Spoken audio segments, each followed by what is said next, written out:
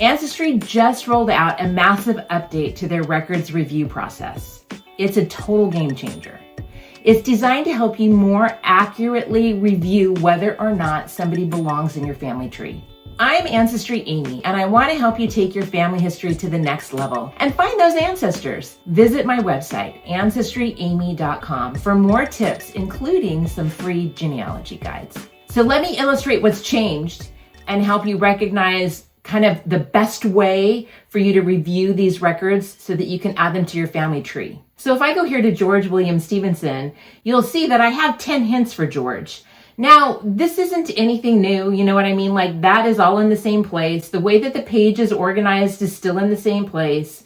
Although I will say in the timeline, one of the other changes that they made recently is that you can add a lot more information in this description area now than you used to be able to. So hurrah about that. But let's go back to this. So if I go to these hints and take a look at the hints that I have, so here is George in the 1950 census record. Now, I've already done another video on compared to other census hints. This is a pretty cool little thing. I'll put the link to that video at the end of this one because comparing census records is really important, and that's a fairly new find as well. But I just watch that video if you want to know more about that. So one of the big changes is this side panel here on this side now. They're giving me my person, his birth and death dates, his relationship to me, and then the family is open right here. I can open it or close it. But this is really helpful because this information can help me review whether or not this is legit, whether or not this record might be helpful. So as I'm scrolling down here, that information is staying there. I can also open up the timeline, and I can look at what I have in the timeline for that individual. So if I review this census record now, it's still opening it in the side panel, and I can hover to zoom, right? This has been around for a little while, not my favorite. In all actuality, the side panel is not my favorite. I know Ancestry really likes it, and you can scroll down and you can look at the information. I will say they have improved it. You can compare your details by clicking this right here, and it will show you what's in the record versus what's in your tree. And you can take a look at it here, and then you can say yes or no, and you can accept it here. But this is less information. And even though they've made improvements to it, and it's better than it used to be as far as what it will attach and the information that it puts into the record, I still prefer to open up the whole record. So rather than clicking yes or no here, I click this right here, and then it's going to open this up full screen for me. Now, for a little while, Ancestry experimented with putting a big image of the record right here, and I don't think that was working the way they wanted it to. The reason that they did it is they're wanting people to actually look at the image, okay? And that's why the hover thing is there. But I don't think you can see it very well with the hover thing, so I use it very infrequently. And here again, I have the hover thing, right? I can hover here and look here. But I don't know, maybe it's the way that I work. I would prefer to view it the entire page. I can click it, and then I'm going to see the entire page. And I still have the information over here on the side. I can say yes or no from the image, or I can do the same here. Now, this is the page that I really like, okay? Always click compare the details. There are so many people that create bad trees because they don't look carefully at the records, and they accept something like a census record, and then they accept all of these people into their family tree, parents or other children or whatever, that don't belong there because it's not their person. So this is where you want to be really careful. So here you have again in the record, here you have in your tree. Now on this side, I still have that same information. I have the timeline and I have the family that I can take a look at, as well as other suggested records that they think pertain to the same person. This isn't new. This stuff is. So from either here or here, where I'm looking at the image in more detail, I can accept the record.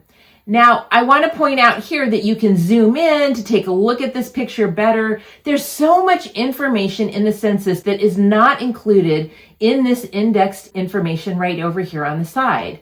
So much information. And even all of this indexed information is not going to show here, all right? That's why I like opening the image. And I do think this new method encourages you more to take a look at the image.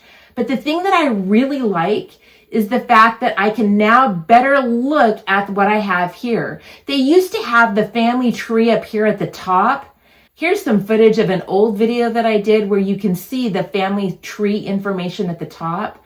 But I actually prefer the way that they've done this now. I think it's a little bit more clear, and I really like the timeline information that I get that I didn't get before. If this person were more filled out, I'd have a whole lot more information in the timeline. So that can be very helpful. The timeline's going to tell you, wait a minute, how did they go from this location to way over the other part of the country? Is that legit? Ways to check whether or not this is really belonging to your person. So if I say, yes, this is my person in the tree, I'm getting this information up here at the top like we used to have before. This was all we had before. We didn't have that cool timeline along the side. But I still like this because it gives me the information about George as I'm comparing the information from the record, right? So I can scroll down, and I'm not going to go into how to attach a record because I have that in other videos as well. Check them out on my channel. You can go head over to my Ancestry playlist. I'll put that at the end of this video, where I have lots of videos on how to accept records into your source tree.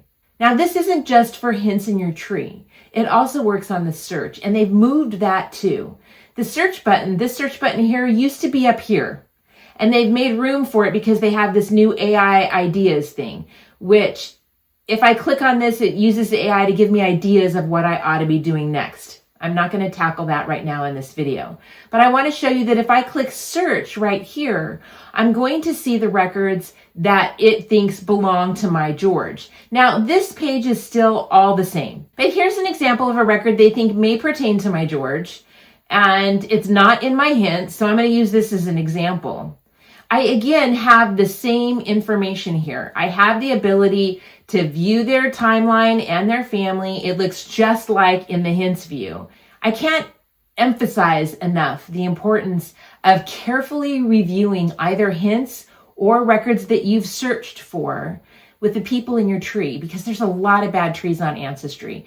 And they're there because people have maybe too quickly adapted a record or somebody else's tree, which is the point of another video. So be careful in how you accept these records. Use the tools that Ancestry has given you to better compare and decide whether or not this really is the person in your family tree. Here is my Ancestry playlist, as well as that video on the new census evaluation tool, which is really awesome. Please subscribe to the channel and let me know that you're liking this content. Share the video, like it. I appreciate that so much, and have a great day.